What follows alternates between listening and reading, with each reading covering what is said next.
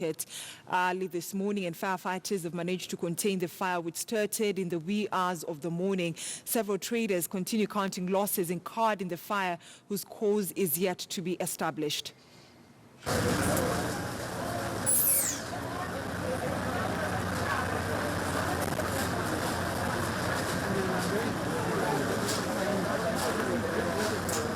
How many years have you been having fire here? So, the fires. So the government, who is responsible, they do the investigation. First, they know what's happening. Tuko na hasira. So it's emotional. It's emotional. It's not emotional.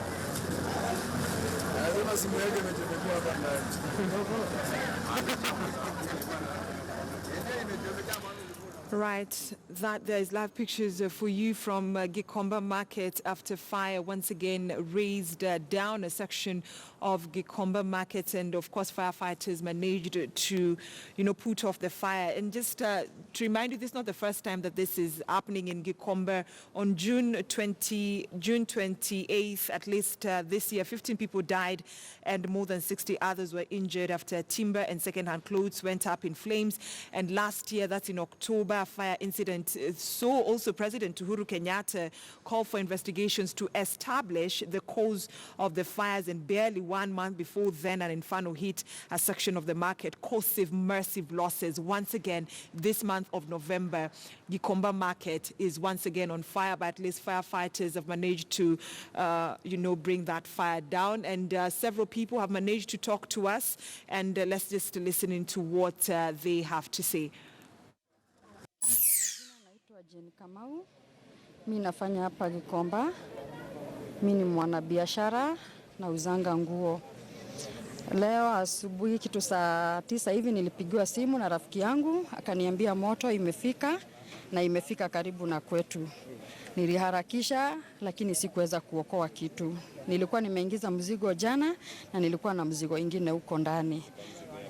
Ilikuwa mzigo ya 1 point something. So shida yenye tuko nao sisi watu wa hapa Gikomba ni moja. Last year the same date, tarehe 6 mwezi wa 10 tulichomekewa, na naona jana ilikuwa tarehe 6 mwezi wa 11. So wenye ufanya hii kazi ni kama wanakuanga wanajua vile wanakuanga wakifanya. Nashukuru serikali kwa sababu leo imefanya kitu ya maana, imetusaidia, imeleta watu wa kuzima moto, na polisi pia wao wamefanya vizuri, wamelinda mali yetu wenye hawakuchomekewa zikuweza kuibua juu pia waizi ni wengi sana kwa hii soko siku ya leo. Lakini ningeomba serikali ituangalie sana sisi watu wa Gikomba, juu kama mimi sijui nitafanya nini, sijui nitaamukaje juu mali imeenda. Last year ulichomekewa, 2015 ulichomekewa, so imekuwa ni routine.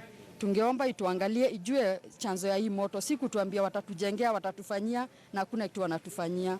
Tungeomba ndio wenye ufanya hii kazi at least nao wakomeshwe. Juu kama hii mwaka sasa hiyo ni hasara. Last year the same. Hakuna kitu tunafanya.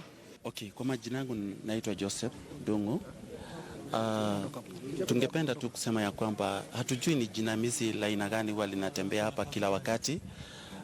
Tukijua ya kwamba kuna kama miezi 6 ama 7, takriban ya miezi 6 ama 7 ambayo inapita sasa hivi ama inakuisha, kwa sababu tulikuwa na janga kama hili last year, na ukiangalia hiyo ni kipindi kifupi sana, kwa miezi 6-7 tena tukapata janga lingine kama hili.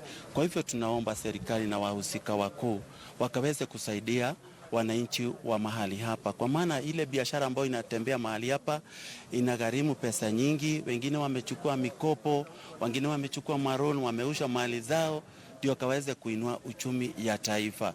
Kwa hivyo tunaomba ya kwamba kama ukiangalia huyu mama ambaye historia yake ni iko hapa chini, ni mama ambaye tunamuelewa, tunamfahamu vizuri tena zaidi, na majuzi tu ndio ameweza kumwaga mali ya pesa nyingi.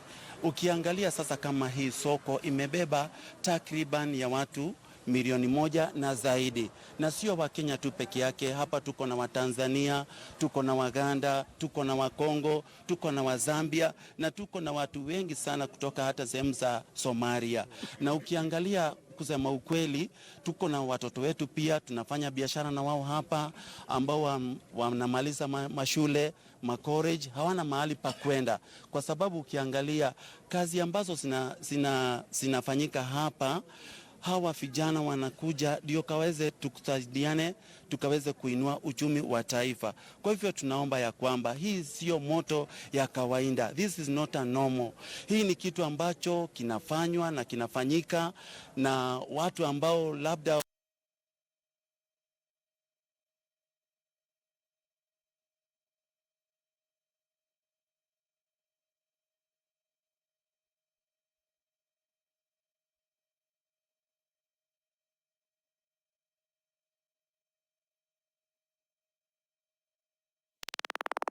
kitu ambacho kinalipwa, watu wanagharimu pesa zao kulipa na kutumia vijana wetu. Ukiangalia si ni ukweli? Kwa hivyo tunaomba serikali tafadhalini waweze kutusaidia, kwa maana sisi tunaumia. Ukiangalia hata siku ya leo uchumi ya Kenya bado si imeenda chini, inaenda ikididimia. Kwa hivyo tunaomba serikali ikaweze kutusaidia. La mwisho kweli kabisa ni tunataka kusema ya kwamba tunashukuru wale ambao wameweza kuja na kuleta zimamoto ama fire brigade.